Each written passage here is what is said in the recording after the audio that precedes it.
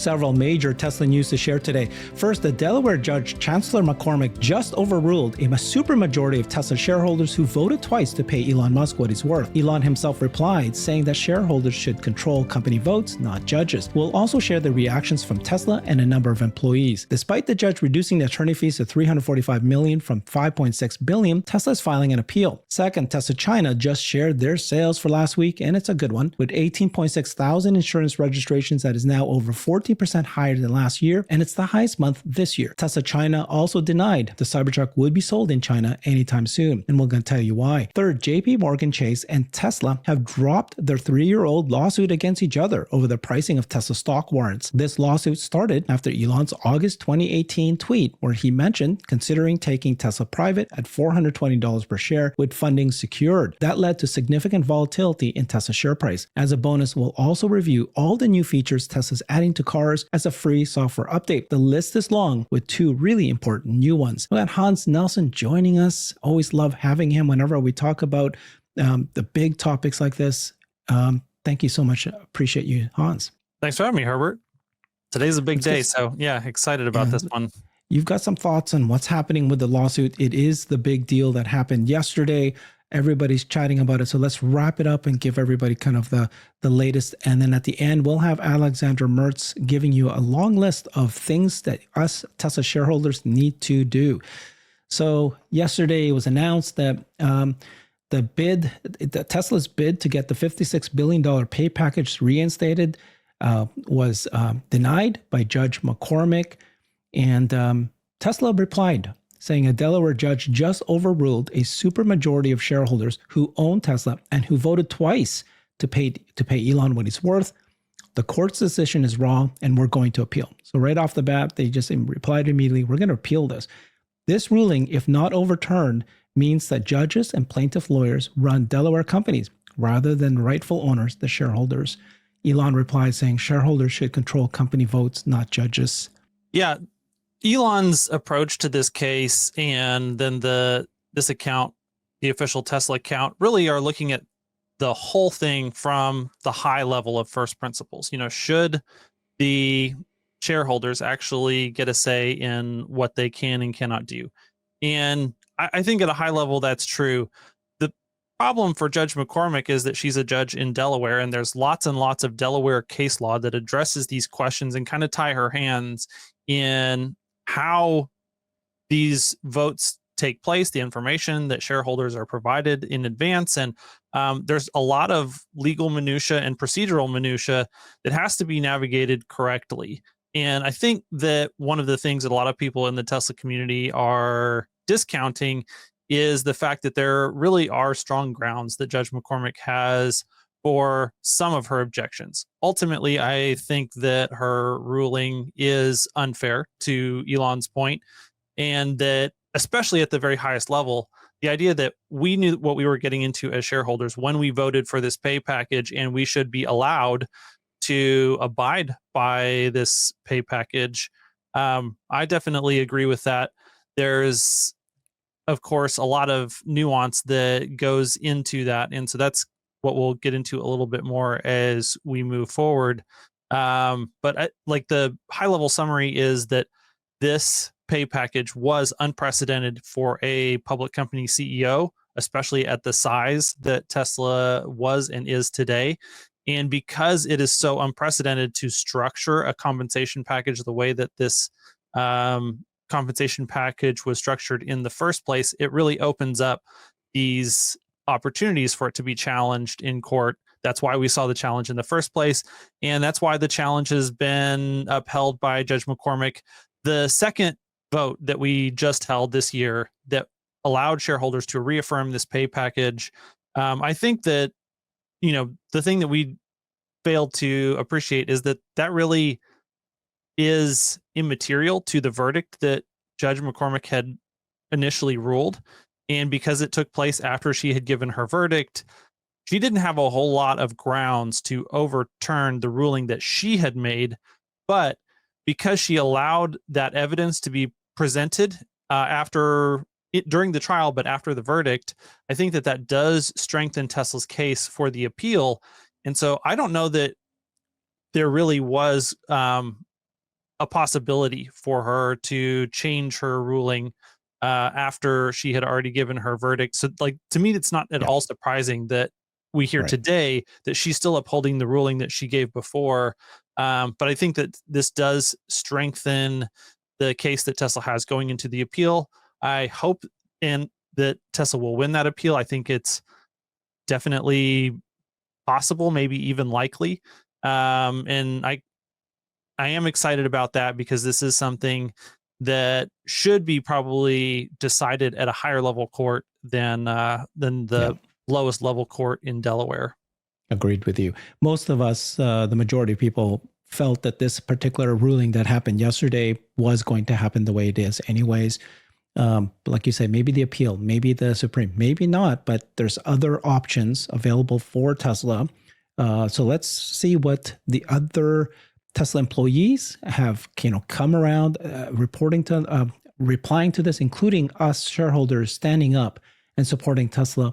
Ashok Kalaswamy, Vice President of Autonomy, said, "Insane. It's just so obviously unfair that I can only explain this as corruption." You got Jeremy Goldman. The majority of the owners of the company have made their desires known, and it's crazy that a single judge can basically say, haha, no, I don't really care what you want. I'll also pay a few $100 million for the privilege of being ignored. So now let's talk about the one thing that the chancellor did do was reduce the lawyers' fees from $56 billion to now to $345 million. So the traditional amount somebody would get is ridiculously 5.6 billion, 10%, but she did bring it down. Some people are asking, hey, this is okay. Let's just go ahead and pay this, move on. Let's not bother with appeal. But no, that's not obviously what Tesla's going to do. That's not what Elon's going to do. What's your thoughts on that? Yeah, I mean, I think that would just be giving in to the shakedown. And I think that there is new precedent that needs to be set with this case, and we need to pursue the appeal to the very end, all the way to the Supreme Court if necessary, and even if we win the next appeal, I think that next appeal would then be appealed to the Supreme Court either way. Like, I'm pretty sure this case is going all the way to the Supreme Court, regardless of what the ruling at the Delaware Court of Appeals ends up being. So one area where, like I said, that I'm not very surprised that Judge McCormick couldn't overturn her ruling based on the things that happened after she'd already given her verdict. On the flip side, I am a little bit surprised that she didn't try to change her ruling, and this may just be my ignorance about the law as someone who's definitely not a lawyer. But I can't imagine that there's not an incredible amount of political pressure being put on the court of Delaware to fix this, because it has created such a stink nationally and potentially even internationally with regards to the fitness of Delaware as a court that C corps commonly want to end up incorporating in. So a huge source of revenue for the state of Delaware is franchise tax at the corporate level, and it has been for many, many years standard practice when you set up a C corp to set up a Delaware incorporated C corp, because the court of Delaware was viewed as a predictable court that had good rules, good fairness for companies, and that now is in question. Now, whether it's fair to question that for Delaware, I think there's some room for debate in both directions here. I prefer that Tesla, I'm happy that Tesla moved to Texas. I'm happy that we can get away from an activist judge here. But that said, regardless of the reality of the situation, the perception of the situation is that Delaware is a bad place to incorporate now. And because of that, not only are companies leaving, but new companies are ceasing to incorporate there. And that has huge negative impacts for the economy of Delaware over time. And I would expect that pressure alone would cause a lot of pressure on Judge McCormick to do something about this. Now, maybe they're saying, okay, we don't really have room in this case, and maybe that does make it more likely that the appeal will actually go in Tesla's favor. But like I said, even if the appeal goes in Tesla's favor, it probably still will go onto the Supreme Court. Okay, let's. You wanted to show this. Can you explain why we wanted to see this part of the brief? Yeah. So here's my understanding of this case. Like I said, as a non-lawyer, is that it really boils down to a situation. Here, you can take this down for a second, and I'll set up the context before I read what's here. But is that Judge McCormick's ruling? So first of all, there's a couple of important things to know. One of the things is that because Elon Musk is a controlling shareholder of Tesla, she was able to, under the fairness doctrine, say that the burden of proof for this deal actually lies on the defendants. So Elon Musk and Tesla had to prove that this deal was fair to shareholders, because they're really in a position of power relative to the minority shareholders. And so it's not on Richard Tornetta to prove that this case was unfair. It was on Elon Musk to prove that the thing was fair.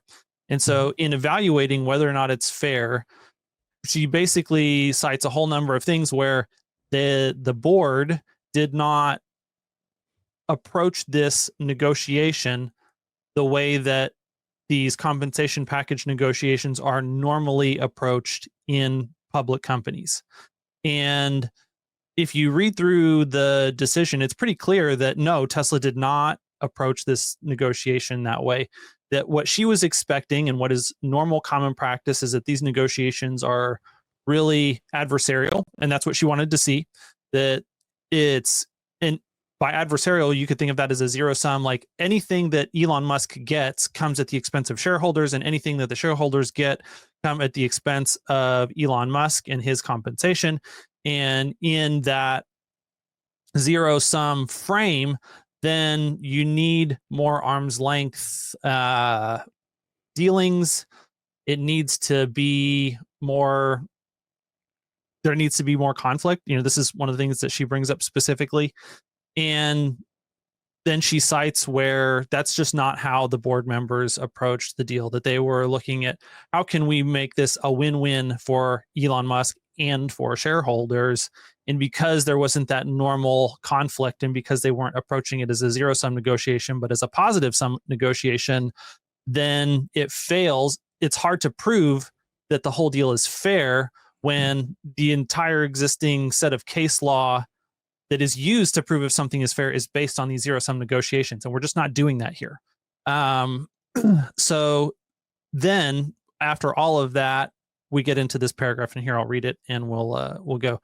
So it says that focusing on the 6.4% figure alone, defendant's financial expert testified that something like 6 to 10% equity for a new CEO would be totally normal in VC and private equity-backed companies. And this is one of the issues that she takes with this deal, is that it's structured like a VC deal and not like a public company deal. So Gracias testified that an equity stake of around 6% for a CEO would be considered on the low end, and defendants described this grant as riskier than VC compensation because it was 100% risk-free for Tesla and its stockholders. And the reason that we're saying it's 100% risk-free for Tesla and its stockholders is because it's 100% performance-based, that if Elon Musk did not deliver on those huge growth milestones that he set out in that pay package, which were astronomical, that Tesla shareholders wouldn't have to pay him a single dime. But Musk would get nothing if we hadn't doubled the market cap. So that's the risk-free part. Referring to his portfolio companies, Gracias put it bluntly, I don't have a CEO that would sign up for that. And then we transition into Judge McCormick's opinion. She says, Gracias's testimony, however, is simply not credible. Based on Tesla's April 25th, 2022 market cap of just over $900 billion, 6% of Tesla would be worth $54 billion, just under the maximum value disclosed in the proxy. Any number of CEOs would sign up for that, and many VC startups offer CEOs the prospect of great riches or nothing at all. So this particular paragraph here, I just find absolutely egregiously stupid. And the reason for that is that, first of all, she's saying that I don't like that we're structuring this deal as a VC deal. And then she ends it with saying, I was going to say that lots of VC deals are structured this way. It's like, well, you can't have it both ways. And then, but the real core of the problem here is that she's saying, well, if a CEO knew that they were going to make $55 billion, which is not that he at many points, she picked that one arbitrary point in 2022 as the point to look at. And the value of his stock has been, fluctuating up and down all throughout this time. But more than the value fluctuating up and down, the thing is that she's assuming no risk. She's saying that if a CEO knew that they were going to make $55 billion or $54 billion, we'll just use her number, okay, that of course that they would accept it. But that assumes that they're taking no risk.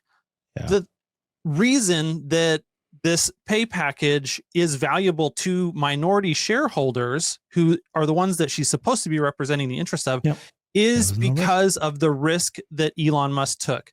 That if he didn't deliver huge returns for us as minority shareholders, then he would get nothing, and he only gets paid if he's able to do that. And I'm sorry, I just don't personally believe that you could find more than a handful of other people in the entire rest of the world who would have been willing to accept that pay package that Elon Musk accepted in 2018, knowing what Elon Musk knew. Now, some people say, well, of course he was incentivized to grow the company because he already owned 20% of the company, but you can't take the percentage of the company that he already owned into account in the what am I going to get paid in the future. He didn't have to do anything. He could have resigned in 2018. So we're negotiating over what is he barely supposed to be compensated for the work that he did from 2018 onwards, and he delivered massive result in that period from 2018 onward, and he deserves to be paid, I think, very significantly for that. Now, could there have been a little bit more adversarial process between the board and Elon Musk? Honestly, probably.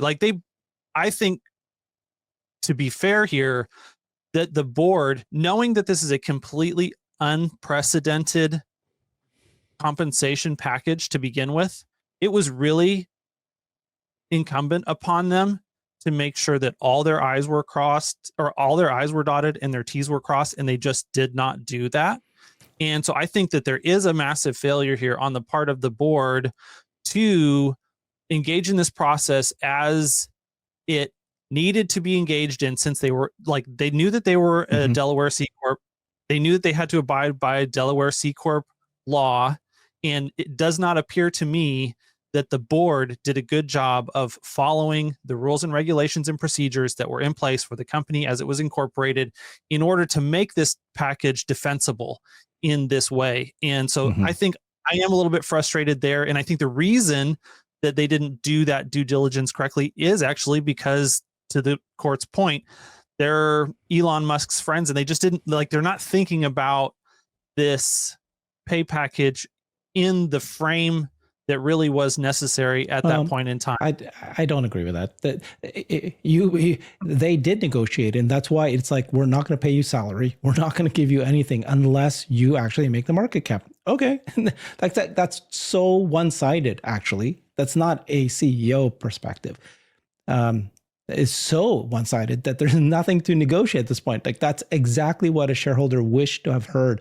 Inside. Imagine you're hiring a CEO and you say, I'm not going to pay you a salary, I'm not going to give you anything unless you make my market cap go up, and earnings too, by the way. It was tied to several things. It was delivery milestones and revenue milestones, earnings milestones, all of it. Yeah. Okay. So let's, this is what we need to do. This is what we as shareholders, stockholders of Tesla need to do. Alexandra Mertz is organizing this. She said, look, there's no guarantee the Supreme Court will hear our case, so we have to fight in Delaware as if it's our last resort. Public opinion is key. We need to make sure that this topic does not disappear. We need to communicate efficiently. This means pushing other large and small corporations to take a stance. She identified the top 50 companies in Delaware, and we need to organize and reach out to them. We need to reach out to the fund managers who have our money. They need to put pressure on the corporation to address moving out of other corporations to move out. If someone has good knowledge in the industry, she wants to know whether or not the D&O insurance will increase. So any company that's there, any company, not Tesla, and they now know that the Delaware could come in and change a vote, a shareholder vote like this, then you got to cover it with D&O insurance. Anyone would reach to politicians. So and make sure you can vote at the next shareholder. So this is the things we need to do. We need to stand up and protect them. Okay, so let's get to other news here. We've got Tesla China. They've announced their insured units for last week, 18,600. That's a great number. And so now what we're seeing here, I'll come back to this later, but 18,600 here. You can see here, this is, what is it now? This is 2024. And then almost the last several weeks of 2024. And it's one of the best. It's not the best week, but it's the best month ever. So 18.6 thousand. This is 5.8% quarter over quarter. So we're ahead by last quarter. 14% year over year. It's 7.1% year over year. Second highest week this year. Highest ninth week of the quarter ever. Highest week of the quarter. So if you look at the green, the pink line, that's 2024. The blue line, that's Q4. Wait, where are we? Ninth week of the that's Q4. The pink line is Q4. Yep. The blue line is Q3. And the green line is last year's Q4. So if you can see that we're ahead of last year's Q4, we're ahead of last month as well. And then this one is by year. So the red line is year. So we finally passed how we were doing last year, and we're growing well. This guy summarized it well. Tesla China hits new high. November sales, 78,856 cars. Domestic sales of that is 73,000 sales. It's the record-breaking month, highest sales in 2024. This is in Chinese. This is in English. Tesla's recorded the highest domestic sale in a single month of the year. And then he just repeats the growth of that. And then Tom Zhu replied saying, great work by the China team. What's your thoughts on that, Hans? Yeah, so the first thing is just to note that this is all deliveries in China numbers. So this is not necessarily the performance of Shanghai as a factory overall when you incorporate both exports and domestic sales. But this really shows that I think Tesla's performance in, like, everyone looks at the Chinese auto market as kind of where the future is going because it is the most competitive auto market in the world. And Tesla's performance there is very, very strong. We're seeing, continued record performance there. So I think there's a couple things to take away from that. The economy in China appears to be strong or stronger there than a lot of people have been speculating recently. And then the performance, of course, of the Shanghai team is excellent as well. So we're already on track to deliver more cars there than I think we're only 30,000 cars short of the number of cars delivered in China in 2023, which at the current rate we should achieve in the next 2 weeks, maybe even less. And then after that, we still have 2 more weeks worth of production. So we should actually get a significant beat of 2023. And that's great news for China specifically, which, like I said, this is really one of the primary data points that we can use to think about what the future of the automotive industry is going to look like. So it also has significant implications for Tesla's future overall. Right. We don't know yet what's going to happen in Europe or the US, but right now I think we're all thinking that we're going to probably beat last year's numbers, but just a little bit. No one's thinking it's going to be crazily beat yet. Lots of promotions though, so we'll see what happens. In China, there's also news here that Tesla China team came out and they denied that the Cybertruck will be sold there, that they will, anytime soon. The reason why people were starting to work, the rumors started picking up is because they went and did a tour. They started showing the Cybertruck throughout China, and they started that discussion, speculations about it. China team came out and said, no, it has no plans to sell the model in the world's largest EV market, according to a report last night by a local media outlet. Okay, so in Tesla China's website, they do show 5 models, but only the Cybertruck does not offer an ordering option. So they toured around all these cities, and Elon did kind of like make sure everybody's aware that getting Cybertruck road legal in China would be very difficult. But we could ship some prototypes for display. He said that early on, beginning of this year. They didn't specify the legal hurdles, but we do know that pickup trucks in China are categorized as light trucks, and they're subject to many restrictions compared to passenger car models. So you'd need to work on that. Yep. Mm-hmm. So, and notice that relative to SUVs is one of the things. So that's one of the pieces of information that I've heard some noise around, is that there's a possibility that there will be that they'll try and classify some variation of the Cybertruck as an SUV for sale in China, and that would actually make that a lot of an easier process. So, I really don't know what to make of this at this point in time. We could see that everything could be as Tesla China is saying, and they're not going to put the Cybertruck in China at all in any form. Or it could just be that technically, yes, they're not being deceitful in what they're saying, but there is plans to actually have a variation of the Cybertruck that is something that conforms with their SUV standards that they will deliver. The question is, why are you displaying the Cybertruck in China if you're not planning to sell anything that's like that in China? And, there's two possible explanations. One of them is that you're just using it for marketing, and I think that's 100% valid and possible. The other option is that you're going to be selling a vehicle that's somewhat Cybertruck-like, or actually very, very Cybertruck-like in the very near future, and you're starting to whet the appetite of the Chinese consumer for a vehicle that looks like that.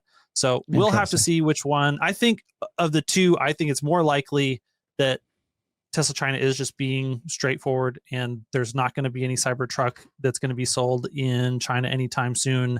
But I would only give that a slight edge. I think that, maybe 60% likely that's what's going to happen. And then maybe 40% likely that we do see some sort of a Cybertruck SUV in China in the not too distant future. Okay, love that. Thank you for that. That was great. I'm so happy that you put those numbers in and you gave your thoughts there. I agree with you. That makes sense. This next story is about JP Morgan and Tesla had lawsuits going after each other, and they decided to drop it. They're cooperating now. Both of them dropped their 3-year-old lawsuit. They did not give any guidance of what their settlement terms were. But JP Morgan sued Tesla 3 years ago. This was when Elon did his tweet funding secured. The stock went very volatile. JP Morgan had warrants, and they said, hey, you affected our pricing. So they were seeking 162 million. And then, of course, now they've done this. Now, there's also, discussion that Jamie Dimon, who's the CEO of JP Morgan, that, he's now talking to Trump, and now with the new government, he's trying to appease them. So now they've done this. Any thoughts on this kind of cooperation now instead of fighting each other? I hope that this cooperation isn't the result of some sort of weird political pressure. But that said, it is also possible that maybe Jamie Dimon and Elon have had more of a chance to actually speak face to face recently, and they just worked something out between them. In that, I would feel much better about. But either way, I think probably the most likely explanation is that it didn't seem like either of these cases were going anywhere, and it was finally time to just cut their legal fee losses and move on. So, I just don't think that this was going to turn into anything super significant in any way, and so there just wasn't a whole lot of benefit left in continuing to pursue these cases. And of course, if JP Morgan dropped their suit, then the Tesla suit just goes away as well. So it could just be that JP Morgan decided, hey, whatever, we're just moving on, and that then triggered the reciprocal drop of Tesla's suit. So I don't know. I just don't know what to read into this a whole lot, other than to say, yay, we get to take this little tiny piece of risk off the table, and we can continue to move forward. Exactly. Good points. Okay, just as a bonus here, we're going to share this. So Tesla just dropped, or will be saying that this is what they're going to be adding through a free over-the-air software update this week. There's a whole long list. Sometimes during the holidays, they call this the holiday drop. Tesla's the only company at this point that's able to make your cars better. And each year throughout the year, they actually do release features, but each year they do a bigger release. Now you have a Tesla app on your Apple Watch. You can now save your dash cam and Sentry mode clips right to your phone.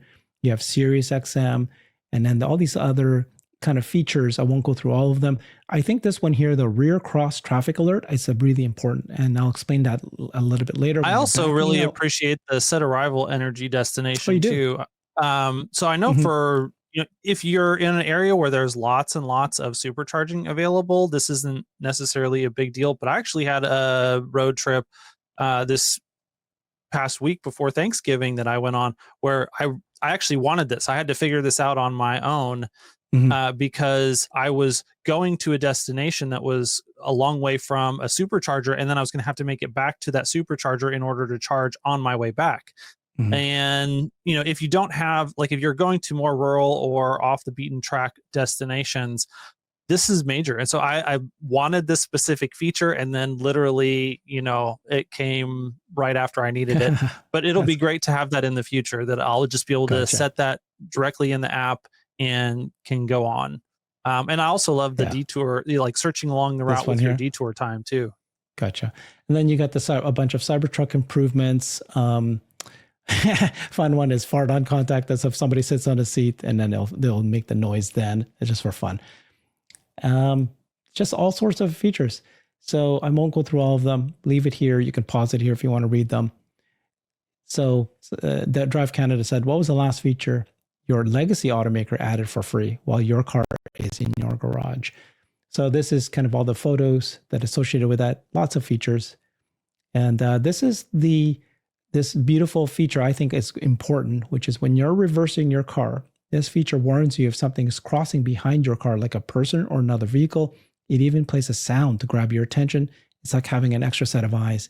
Super helpful. I know people have been waiting for this, reverse and cross traffic, but it's finally here. I think this is one of the more important ones. And it makes so much sense because there is a camera view that has that information, but they're not giving you that specific camera view when you're in reverse. And so having that extra little red flash there helps you to get a lot better visibility, because I think they're generating that from your B pillars instead of just from your mirror cameras. And so, that giving some information that the car has from looking through the B pillar cameras to you as the driver is extremely valuable. And on the one hand, it's like, why did it take so long for this to be added? But on the other hand, hey, like they added it for free. I'm not complaining. Exactly. We got him. Okay. Thank you so much, Hans. Appreciate your knowledge. You knew quite a bit about the more important developments that happened this week. Follow Hans on his YouTube channel, Hans C. Nelson, and follow him on his X channel as well. Thanks, everybody. Bye-bye. I've created a website that is the most comprehensive resource for the Tesla investor. Please check it out. Simply go to my website at herbertong.com.